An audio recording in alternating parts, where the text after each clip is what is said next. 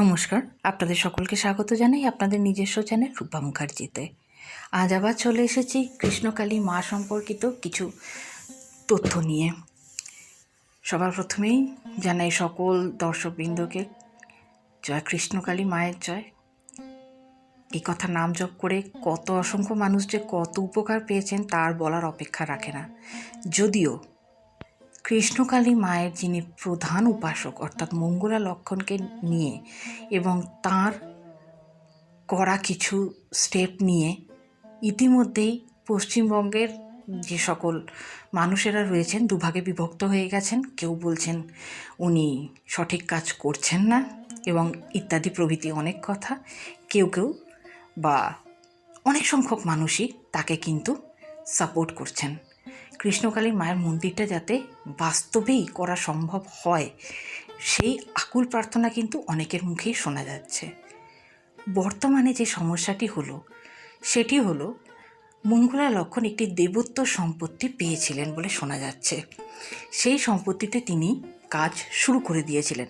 আপনারা হয়তো অনেকেই ইউটিউবার দাদাভাই দিদিভাইদের ভিডিওতে দেখে থাকবেন যে কাজ কিন্তু একটু একটু করে শুরু হয়েছিল এবং মন্দিরটি যেখানে মা থাকবেন এবং মঙ্গলা দেবী বসবেন সেইখানে চায়না পাল দিয়ে কিন্তু মোটামুটি ছোটো মতন একটা আপাতত মন্দির খোলার জন্য একটা ব্যবস্থা করা হয়েছিল। অত্যন্ত দুঃখের কথা, সেই কাজ কিন্তু বন্ধ হয়ে গেছে। কেন, কী জন্যে, আসুন আমরা একটু খোঁজখবর করে দেখব।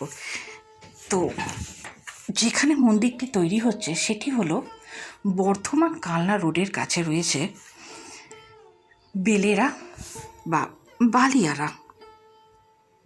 সেই বালিয়ারাতেই তৈরি হচ্ছে মন্দিরটি। বালিয়ারা লোকাল স্টপেজ, বাস বা মোটরসাইকেল করে এলে পীরতলা স্টপেজে অথবা বালিয়ারা মাধ্যমিক শিক্ষাকেন্দ্রের বিপরীতে আপনাকে আসতে হবে। ঠিক শিক্ষাকেন্দ্রটির বিপরীতেই তৈরি হচ্ছে মায়ের মন্দির।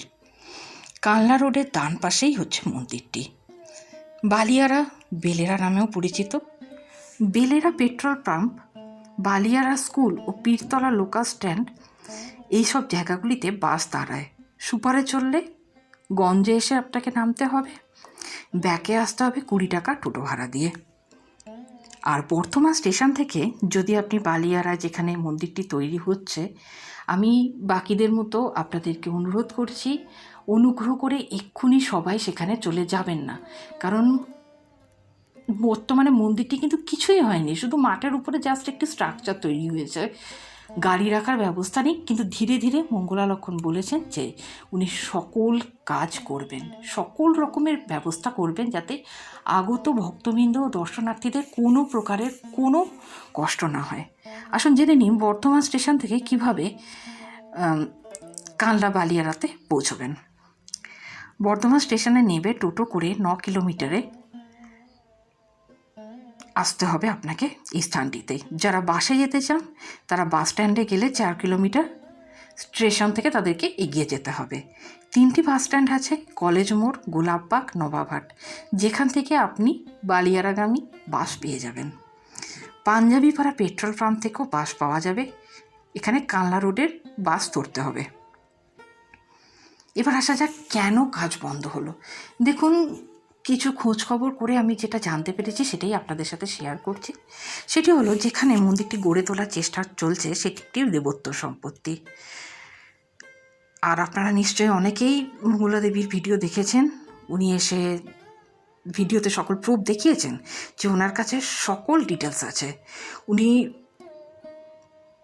ওনার যদি সাম্প্রতিক ভিডিওগুলো দেখে থাকেন তাহলে আপনি বুঝতে পারবেন যে কী পরিমাণ ওনাকে ছুটোছুটি করতে হচ্ছে এবং কতটা উনি মানসিকভাবে ভেঙে পড়েছেন।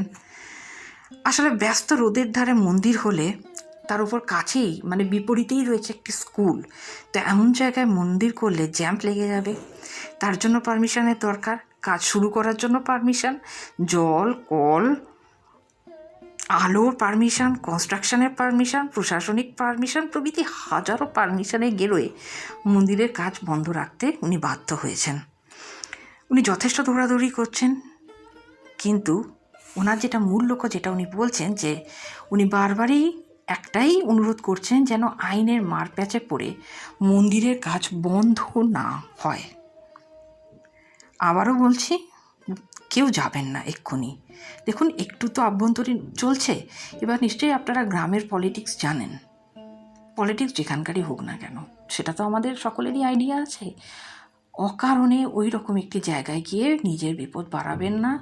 মন্দিরটিকে গড়ে উঠতে দিন, সুষ্ঠুভাবে সব কাজ সম্পন্ন হতে দিন, অবশ্যই যাবেন। মাথার ছাউনি কিন্তু এখনো মন্দিরে হয়ে ওঠেনি, তবে লোকাল মানুষেরা আশা করছেন, টোটোওয়ালারা আশা করছেন, এবং যারা ধরুন ফুল বিক্রেতা থাকেন, ডালি বিক্রেতা থাকেন, তারাও সকলে আশা করছেন যে খুব শীঘ্রই হয়তো মন্দিরের কাজ আবার শুরু হয়ে যাবে।